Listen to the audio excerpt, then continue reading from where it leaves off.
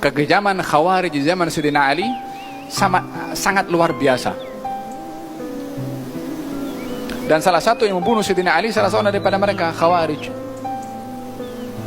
Nampaknya ahli ibadah. Kata baginda Rasulullah, ashgal awwalin wal akhirin.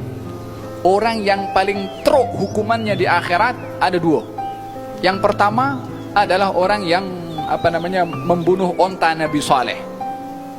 Dan yang kedua adalah orang yang memenggal engkau atau menetak engkau sambil dipegang kepala Sayyidina Ali oleh Nabi SAW, disentuh di ubun-ubunnya sini, dan darah akan mengalir membasahi janggut engkau.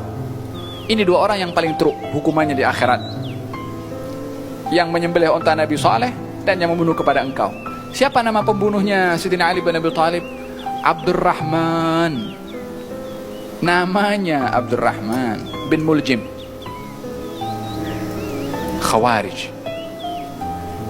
punya ideologi songsang, menghalalkan darah orang yang diberi kabar gembira masuk surga oleh Nabi SAW, orang yang amat rapat dengan Nabi SAW. Bagaimana ada pemikiran kepada orang yang seperti ini, melihat kepada orang yang amat rapat dengan baginda Rasulullah, menantu Rasulullah SAW, dengan ditetak?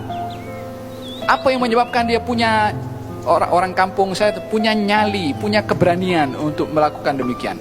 Ideologi songsang yang berlaku di zaman kita sekarang, menghalalkan banyak darah karena ideologi yang songsang. Ini penyakit lebih berbahaya daripada penyakit-penyakit yang lain. Walau demikian, Sayyidina Ali bin Abi Thalib ketika ditanya tentang mereka Khawarij yang memerangi berkali-kali kepada Sayyidina Ali bin Abi Thalib, ditanya oleh pengikut Sayyidina Ali, akufarun haula, mereka itu kafir? Kata Sayyidina Ali mengatakan, minal kufri farru, mereka lari daripada kekufuran, mereka bukan kafir. Memerangi kepada Sayyidina Ali. Walaupun amunafikun haula, mereka munafik. Kata Sayyidina Ali mengatakan, munafik itu zikirnya sedikit, mereka zikirnya banyak. Bukan hanya salat, zikirnya pun banyak. Mereka salat, mereka zikir juga, zikirnya pun banyak.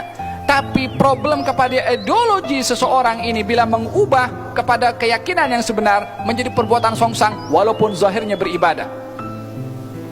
Walaupun zahirnya beribadah. Walihada di zaman Rasulullah SAW, seorang bernama Dzul Khuwaisirah atau Dzu Ats-Tsudayyah, ketika Nabi mengagihkan harta rampasan perang, seorang dibangun, nampak kepada dahinya ini ada tanda sujud. Kemudian bajunya ini kusut masai. Adanya tanda sujud, banyaknya ibadah. Pakaiannya kusut masai sebagai tanda dia ini zuhud. Pakaian kain pelekatnya sampai kepada pertengahan betis, karena demikian ramai para sahabat, yakni nampak daripada zahirnya perfect daripada segi zahir ibadahnya.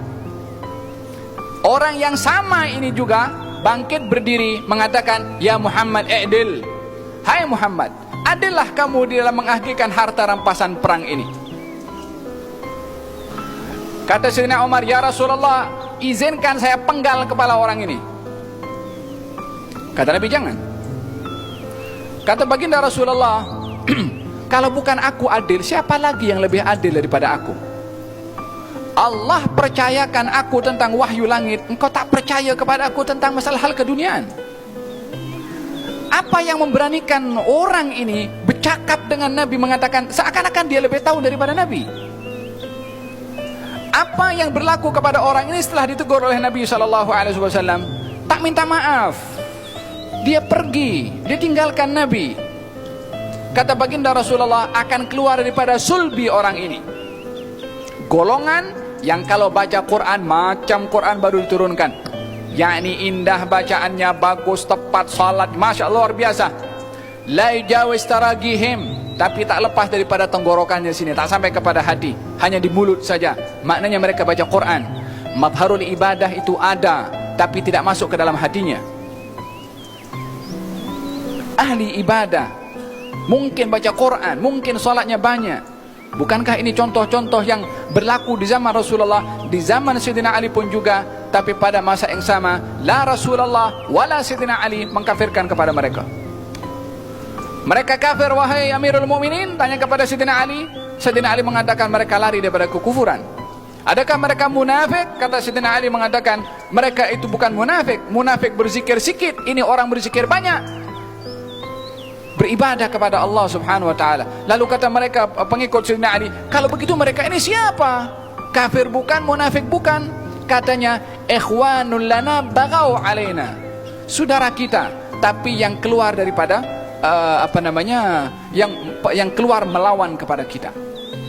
Masih dikatakan ikhwanun lana, saudara kepada kita, payung la ilaha illallah jangan dikeluarkan. Zaman kita sekarang orang-orang yang suka mengkafirkan kepada orang seakan-akan lebih afdal daripada Sayyidina Ali bin Abi Thalib. Yang diperangi, yang dibunuh, yang masih tidak mengkafirkan Sayyidina Ali. Kita sekarang karena beza sikit saja dalam masalah tawassul kafir, dalam masalah sikit-sikit kafir, sikit-sikit syirik. Nabi susah payah kasih orang masuk kepada Islam. Zaman kita sekarang orang dengan mudah kasih keluar daripada Islam. Bukan mudah untuk nak mengatakan kafir kepada seseorang. Kata Imam Al-Baqillani mengatakan, kalau saya nampak kepada orang 99 perbuatannya menghala kepada kekufuran, ada 1% yang masih ada al-iman, saya tak nak kafirkan orang itu. Adapun sekarang 99 nampak Islam, satu saja yang mungkin silap perbuatannya sudah dikeluarkan daripada Islam. Krisis fiqh, krisis dalam pemahaman terhadap agama. Ingat, jangan kita mengenalkan Islam dengan kita punya perbuatan. Perbuatan kita tidak boleh mewakili kepada Islam, tapi tindakan ataupun apa yang ada pada Islam itu terapkan kepada diri kita. Tapi jangan kenalkan Islam melalui perbuatan kita. Islam kena dikenalkan melalui konsep Islam, bukan dengan perbuatan orang Islam. Orang Islam kena mencontoh kepada Islam untuk menerjemahkan Islam, tapi jangan memaksa orang mengenalkan Islam dengan perbuatan kita. Faham Tom? Wallahu ta'ala alam. Allah, panjang lebar kita bahaskan 3 ayat, belum hadis nak baca lagi. Untuk melihat realiti yang kita hidup di zaman kita sekarang, supaya jaga ini mulut mensyirikkan orang ataupun mengkafirkan orang, baik dengan mulut atau dengan tangan. Jangan mudah untuk type mengkafirkan kepada golongan tertentu ataupun hanya berbeza dengan masalah-masalah furu'iyah. Kalau tidak tahu, diam.